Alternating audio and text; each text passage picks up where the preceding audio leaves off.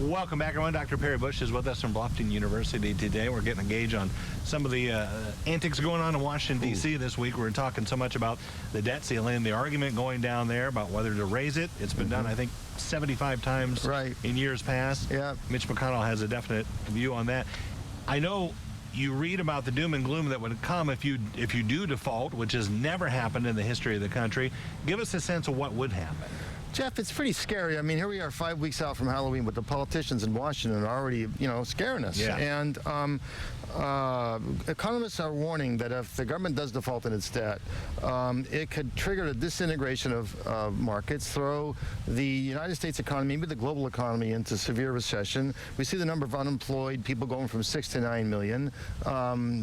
We would see it would be a financial and personal calamity, right? As if we haven't already had enough of this in the past 2 years. It's unimaginable, the kind of repercussions. And of course, it would be preceded probably by a government shutdown, which we know what that means. Social security checks don't get written. The government, in a time of global pandemic, would no longer be monitoring the spread of the virus. I mean, it would be utter calamity, but that's the kind of stakes that the politicians in Washington, particularly, can I say, Mitch McConnell, is pushing right now in order to bend the Democrats to his will. Do you think that's just a tactic on his part? Do you think in the back of his mind he thinks, we're going to come to something, but maybe use that as a leverage? Well, in order for the leverage to be real, he has to be convincing, and right now he's very convincing. Now, the House passed the debt ceiling, upping the debt ceiling last week, right? So it was all going on in the Senate, and McConnell has said the Republicans will filibuster this bill as they do most bills, which means it will take 60 senators, and there's about 4 or 5 Republican senators who looks like they will vote with the Democrats to raise the debt ceiling. But that's all they've got. They've got to get 10 Republicans, and McConnell is saying, my troops are in line, and they're not going to move, and this is all on you, Democrats, because what he's trying to do, I think, is force the Democrats to, he's trying to create a political issue he can hang around the Democrats, next fall. In the congressional elections, they're crazy tax and spenders, they increase the deficit, right?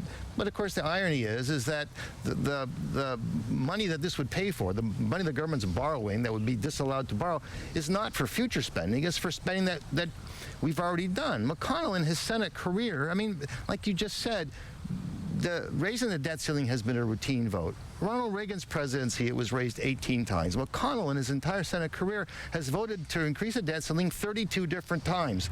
He voted for it 3 times in the Trump presidency, accompanied by most Democrats, and that raised the deficit by almost $8 trillion. So it's not like he has a problem with deficits. It's not like he has a problem with, raising the debt ceiling, right? But all of a sudden, he's drawn the line, and he say, hey, go ahead, try me, call my bluff. Right? Yeah. It's a game of political chicken, but the stakes are so high. Stakes are very high, as you said, and then I think there's so many people watching at home and they see this, and there's almost a sense of apathy where you get desensitized to this and they think, it's just the Democrats and the Republicans doing this again, and government shutdowns, they can't even keep things going. Do you think that's the case, that we've grown tired of this? I think we get inured, we get numb to it. I mean, this incessant, hyper-partisan political warfare tires us all out, and even me. Here's another radio, TV guy, Chicken Little, sky's falling, and come on, man, there's something better for me to watch.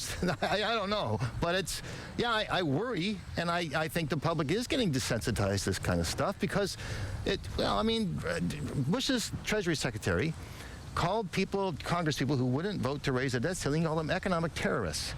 I mean, John Boehner said they were crazies. Dana Milbank had a column in the Washington Post a few days ago just outlining, Reagan said this is utter economic irresponsibility, but this has become a threat that we're seeing happen more and more, and sooner or later, isn't some party going to follow through on his threat? McConnell says absolutely we are. You Dems have to do it on your own without any votes from us using the budget reconciliation process, which would throw, Biden's infrastructure package is already on thin ice, hoping to kind of muck up all the works.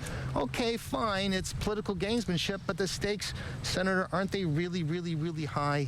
Yeah, as you said, it's another one of those wait and sees. We'll see. It's drama in Washington. Well, thank you for trying to capsulize it for us. We appreciate it. Happy Halloween, 6 weeks early. Happy Halloween, right? Thank you, Jeff. We'll be back right after the